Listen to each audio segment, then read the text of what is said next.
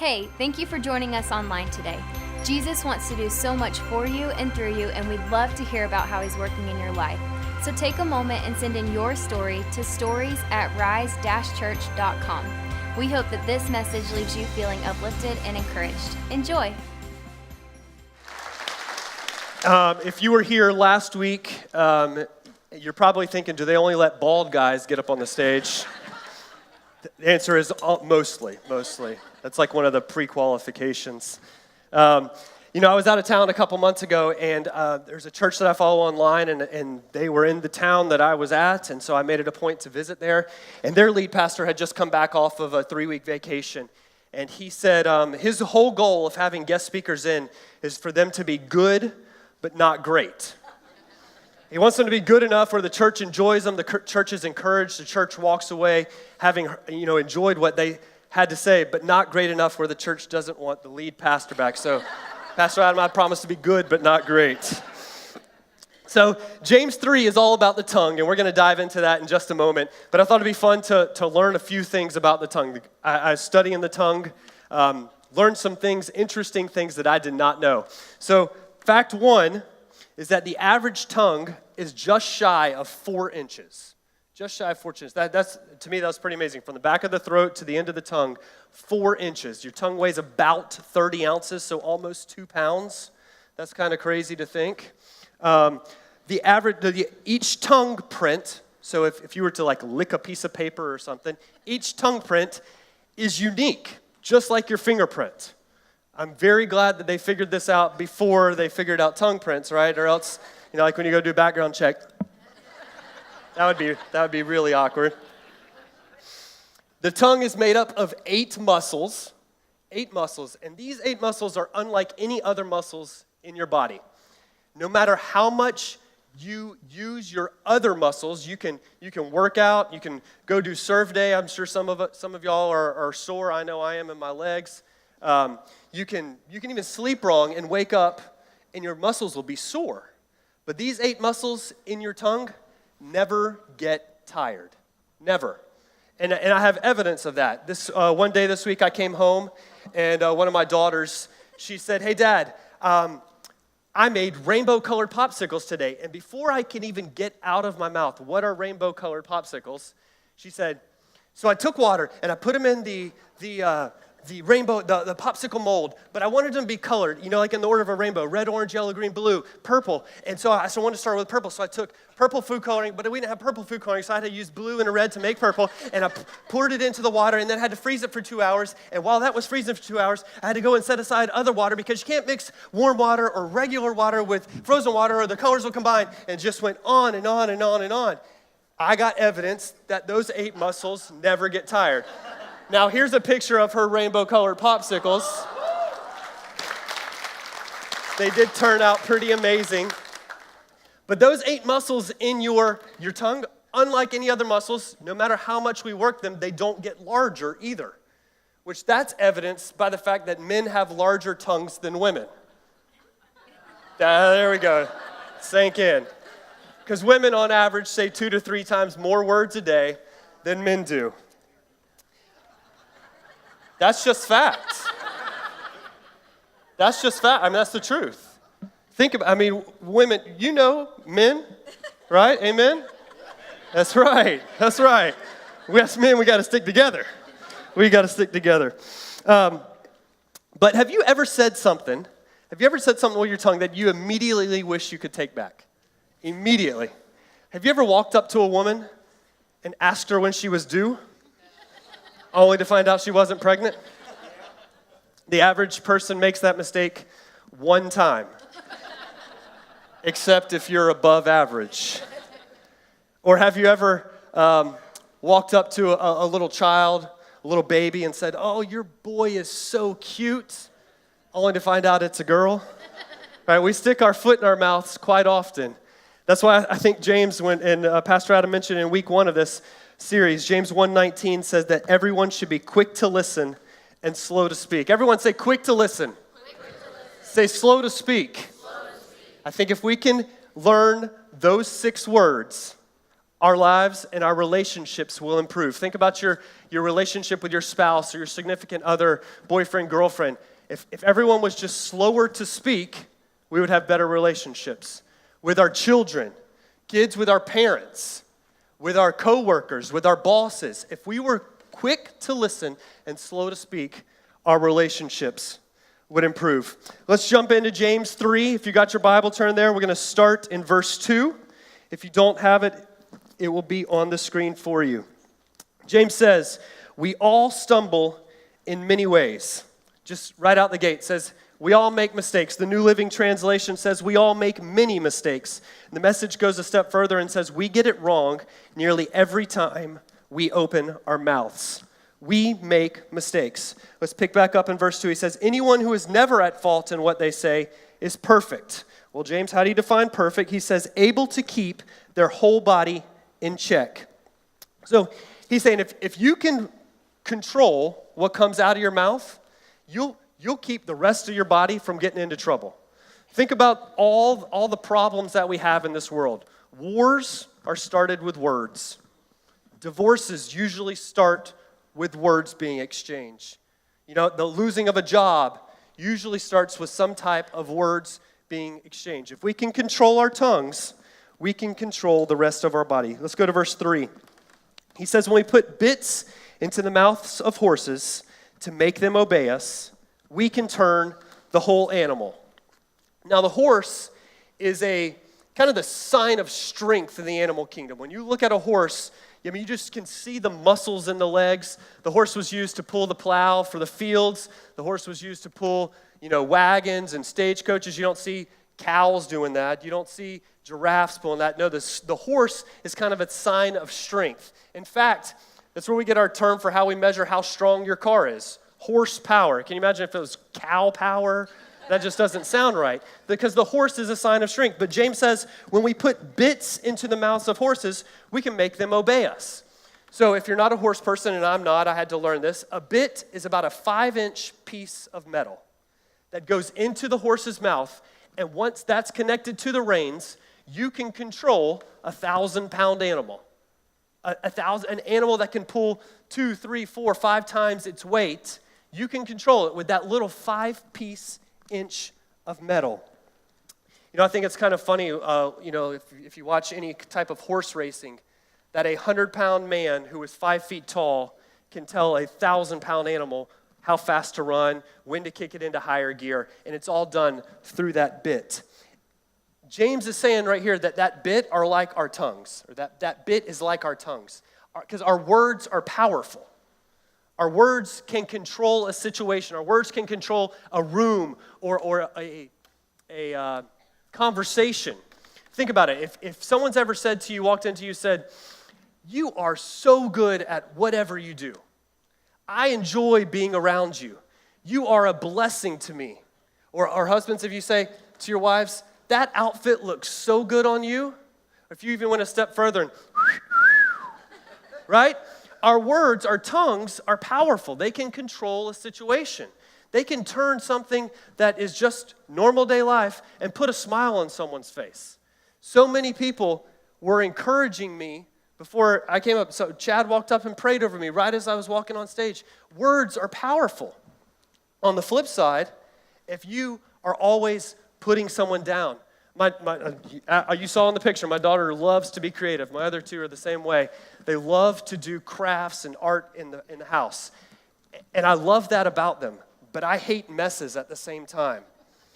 And they're all kids, so we know that there are messes. So I have to watch my words so that I'm not so destructive with my words that I put them down. And it takes something that God has put in them, that God has created in them to be a creative person. I am not creative.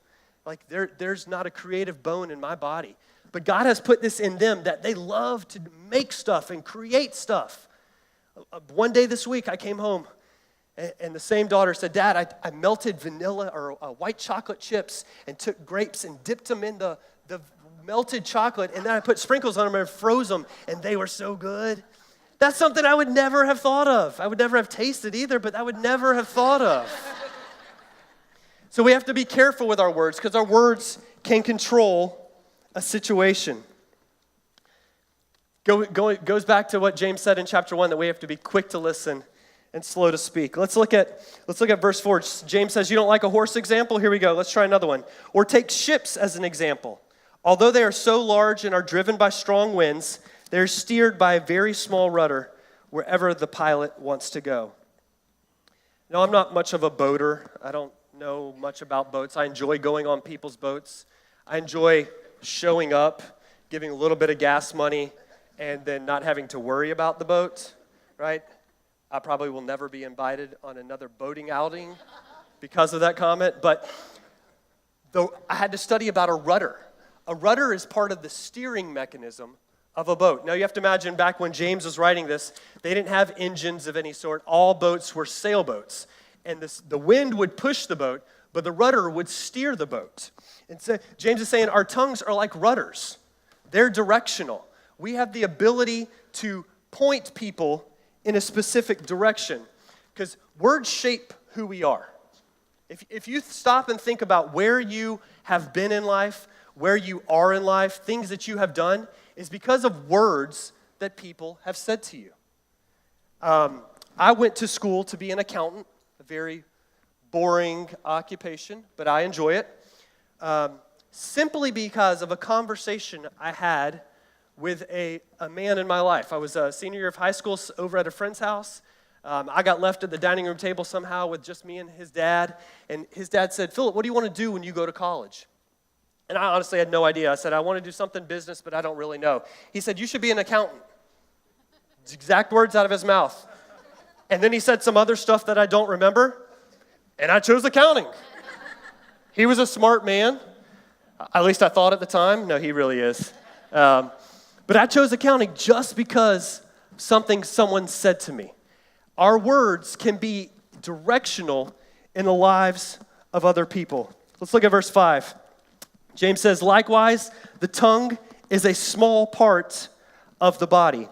Now, our tongues are like the bits we put into a horse or a rudder that's on a boat. They're insignificant in the overall size of the object in which they're controlling, but they control the object of which they're a part of. The Message says it this way, that a word out of your mouth may seem of no account, but it can accomplish nearly anything. Think about this. If you were to go and apologize to that person that you have hurt, if you were to seek forgiveness from that person, your words can heal a relationship. If you were to give encouragement to someone along the way, your encouragement can change the outlook of their day. It can change the outlook of their situation or even their life. And it's simply through our words. But the Message also says that our words can also destroy anything. So we have to be careful of our words. We have to be quick to listen and slow to speak. Let's go back to verse 5. He says, consider what a great forest is set on fire by a small spark. You know, we hear stories about wildfires all the time and how they engulf thousands and thousands of acres and how the fire gets so hot that firefighters can't get close to put it out, and it just spreads and spreads and spreads. In fact, just last year we had a wildfire up in Nassau County that engulfed 700 acres. It even had people in our greater Jacksonville area have to evacuate their homes because of a wildfire that spread. And it all started from a man who was burning some debris in his backyard. And he was interviewed, and he said that the fire just got out of control, and I couldn't contain it. See, our words, our tongues are like a small spark. Just something small that becomes so large so fast. Think about a wildfire. It destroys something that has taken years and years and years to mature and grow to full growth, and yet it's destroyed in a matter of days. James is saying our words and our tongues are exactly like that. You have the ability to have an impact on someone's life for forever. Think about it. I bet someone in here, more than one person, is carrying around some words that were said to them 2, 3, 5, 10, 15, 20 years ago that you still live with those words of what someone said to you. Because our words are like a spark. Such a small comment having a lasting impact. And while we're there, sarcasm can be a spark. I used to be such a sarcastic person, and I reveled in it. I could hit you with a one-liner about almost anything you said, and it made me feel good about myself. But dictionary.com says this about sarcasm. In sarcasm, ridicule or mockery is used harshly, often crudely, for destructive purposes. Nothing good comes from sarcasm. You feel better about yourself while putting someone else down. So I would encourage anyone who enjoys sarcasm. It may be funny to you. It may be funny in the moment. But you don't know the effect it's going to have on someone else's life. My senior year of high school, I played baseball. And we were practicing one day. Let's start there. Actually, let's back it up a step. For whatever reason, my senior year of high school, we had a bunch of people just fall randomly. I can't explain it. Like literally would just be walking and would fall. Our team, our coaches, umpires, the other team, parents, it became such a consistent thing that we joked around that there must be a sniper sitting up in one of the tall pine trees, like shooting at people's feet, taking them out. So much so that anytime someone would fall, everyone would yell, "Sniper!" You need to know that. So one day we're at practice, we're stretching, warming up, getting our arms loose before we actually get into the practice. And a very involved parent, who I'm going to call Mr. Smith, because if I said his name, the odds are you either have heard of him or you know someone that knows him. So I'm just going to call him Mr. Smith. Mr. Smith is talking with a coach, and being the sarcastic kid that I was, Mr. Smith said something. I don't even remember what it was. I chimed in with a sarcastic comment, and he turned to me and said, "Hey, Peterson, don't speak unless you're spoken to." To which the rest of the team thought that was funny. You know, a guy gets put down by an outsider. So later on, we're practicing, and a ball is thrown my way, and I can't see it. I mean, it literally gets lost in the sun. So I cover my face with my glove, turn my head, and the ball goes sailing past me. Well, Mr. Smith had stuck around. He was sitting in the third base dugout. I was at second base, so that he's about 150 feet away from me. And he yells from the dugout, "Hey, Peterson, why don't you catch the ball next time?" For whatever reason, I yelled back, "Hey, Mr. Smith, don't speak unless spoken to." Mr. Smith did not enjoy that comment. In fact, Mr. Smith decided to get up out of the dugout and start sprinting at me. So he's about 150 feet off, and he starts sprinting at me. He's about 50, I'm 17. He hits the third base line, and I'm starting to question what's going on. And guess what happens? He falls. To which the entire team yells, "Sniper!" Which I don't think Mr. Smith appreciated that either. Mr. Smith proceeds to get up, grass stains on his jeans, and he's coming after me. And I'm like, this man is chasing me. This man is chasing me. We proceed to run figure eights in the outfield until Mr. Smith got tired. Now, that's a funny story, but my small comment ignited a spark within Mr. Smith. My small comment had a visible effect. Anger, frustration, something came out in Mr. Smith. Sometimes our comments can be visible, can have visible effects. But the ones that hurt the most are the invisible ones. The ones that people hold inside and no one knows what's going on. And you don't know that your comment had an effect on that person. Because research says that it takes 10 positive comments to offset one negative comment.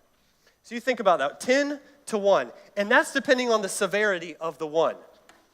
Some comments, I don't know that there's ever enough positive comments that can overtake it. But 10 positive comments to offset one negative comment. And just saying I'm sorry doesn't always fix it. As a husband, if something's, upset, my wife's upset about something, I want to fix it immediately. But sometimes saying I'm sorry doesn't just fix it. If I were to slam your hand in a car door and say I'm sorry, you might forgive me on the spot. But it doesn't change the fact that we're probably going to the ER to address your hand situation, right? Because our words cannot immediately impact something. Let's go, our words can immediately impact something, and I'm sorry cannot immediately change the situation. Let's look at verse 6. It says, the tongue also is a fire, a world of evil among the parts of the body. It corrupts the whole body, sets the whole course of one's life on fire, and is itself set on fire by hell. James is saying we're born with tongue problems. Our kids, they know how to lie right off the bat.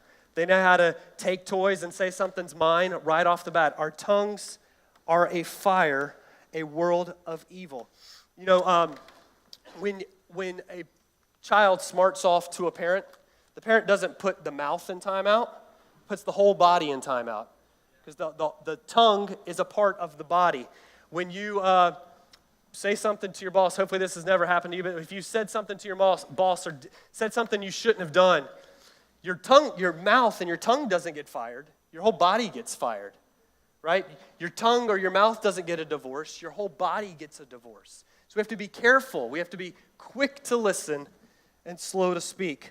Let's look at verse 7. All kinds of animals, birds, reptiles, and sea creatures are being tamed and have been tamed by mankind. I think it's amazing that man can tell a lion, tiger, bear, heck, a 10,000-pound killer whale to jump out of the water and spin and wag its tail, all with our words, right? We have been able to tame mankind, but look at what James says in verse 8.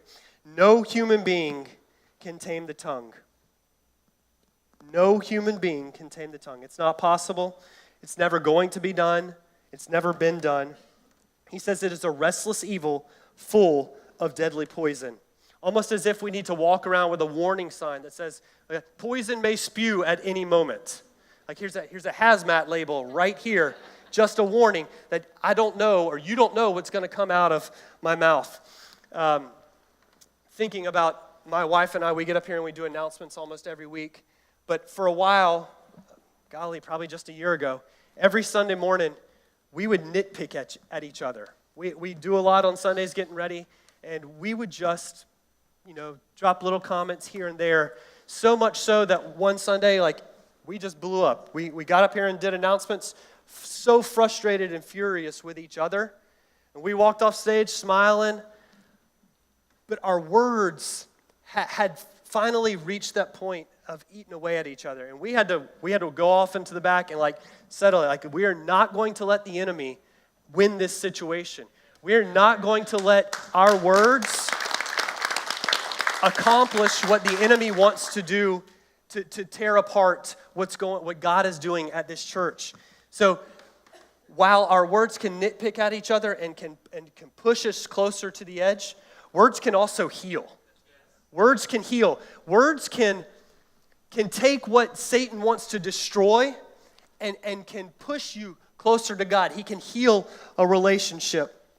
Matthew 19, Jesus is speaking on a completely different subject, but I believe it applies here. He says, humanly speaking, it is impossible, but with God, everything is possible. So what we can't control, the tongues that we can't control, the words that we can't control, we've never been able to tame, with God's help, with God's hand over our life, we can. We can. That is possible. Everything is possible with God. Let's pick back up in verse 9. With the tongue we praise our Lord and Father, and with it we curse human beings who have been made in God's likeness. If you're like any other family in America, if you have kids, getting to church can be an ordeal. I used to find myself yelling at my kids, let's go, we're running late. We got to get to church to praise Jesus. And you're like, you say that and you're like, what? Because with the tongue, we praise our Lord and Father, and at the same time, we curse human beings. On your drive to church this morning, someone probably cut you off or was long at a red light or didn't use a turn signal, and you probably called them an idiot or a jerk or some other nice comment, right? James saying that shouldn't happen. That shouldn't happen. Ephesians 4:29 says, do not let any unwholesome talk come out of your mouth, but only what is helpful for building up. Let's pick up in verse 10. It says, out of the same mouth come praise and cursing, my brothers and sisters. This should not be. Can both fresh water and salt water flow from the same spring? My brothers and sisters, can a fig tree bear olives or a grapevine bear figs? Neither can a salt spring produce fresh water. These are obviously rhetorical questions. If James was writing to the west side of Jacksonville, he would say, can Chick-fil-A make something that doesn't taste delicious? Is there a side of town that's better than the west side? No, they're rhetorical questions, and he's addressing the matter that our words should not be praising our Father in one moment and cursing humans in the next. You know, saying bad things about the driver in front of you, and then we walk in here and say, what a beautiful name it is. And that's why they don't let me on stage during worship. But our words are powerful. Our words are directional. Our words are a spark. And so what advice does James give us? Nothing. Next verse is about wisdom. He jumps to a whole other subject. And I think that's because we never can arrive at control of our words. There's not a certificate you get for tongue control school. Like, we're never there. It's something that we will always constantly have to work at. Matthew 15:18 says, but the things that come out of a person's mouth come from the heart. So what's in our heart is what comes out of our mouth. Our mouths are megaphones for our hearts. Jesus says again in Matthew 12:34 that for the mouth speaks what the heart is full of. So what are we filling our hearts with? What are we allowing into our hearts that our mouths are spewing out? You know, James doesn't give us any practical advice for how to control our tongues, for how to address our tongues. But I think there are 3 easy steps we can take to address this. First is to pause. Going back to James 1:19, quick to listen and slow to speak. If we were to address every conversation, every situation with a slight pause, and just think about what's about to come out of your mouth, I promise you our relationships would be better. I promise you. I can see it because I've been studying this week and talking to my daughters, talking to my wife. Our words are powerful. Something that I would have nitpicked at in the past, just take a pause. What am I about to say? What's the effect of what I'm going to say? The second step I think we can take is we can practice. There's an old adage that practice makes perfect. That's hogwash. Practice makes permanent. If you practice a bad habit, you're going to continue to have a bad habit. That's not perfect. So practice makes permanent. So let's encourage each other. Practice encouraging each other. It's not hard. We can send texts. We can make calls. We can be what this world is not, right? We can push each other closer to Jesus, but we got to practice it. You're never going to get good at something you don't practice. I tried to play guitar for years, and I very rarely practiced, and it showed because I didn't practice. Practice makes permanent. And then lastly, I believe we can pray. Psalm 39, David says, search me, God, and know my heart. Know what's in my heart, God, so that I can get that evil stuff out. I don't want what's in my heart because it's going to end up coming out of my mouth. So search my heart and show me. He says in Psalms 141:3, set a guard over my mouth, Lord. Keep watch over the door of my lips. So pray. We can take our words, we can take our tongues to Jesus. You know, some of you are probably carrying the weight of words that were said to you years and years ago. You can probably vividly remember something that a parent, something that a teacher, someone in your life said to you years and years ago. But the truth is, that's not who you are. You don't have to carry around those false lies of what Satan wants you to believe, what Satan wants you to carry. See, we sang earlier that I am a child of God. If we look to what God says we are and who we are, our outlook on life will change. God says we are loved. God says we are His children. God says we are chosen, we are free, we have peace, we have hope, we have joy. And it's all in this book. It's all in this book. It's all words out of His word. So let's be cognizant. Let's think about our words. Let's be slow to speak. And let's be quick to give all the praise to Jesus. Let's stand. Thank you for watching today. If you would like to continue the conversation, you can like us on Facebook or follow us on Instagram. If our church has had an impact on you and you want to support what Jesus is doing here, you can do so by going to rise-church.com/give and select the giving option that works best for you. Thank you for joining us online and have a great week.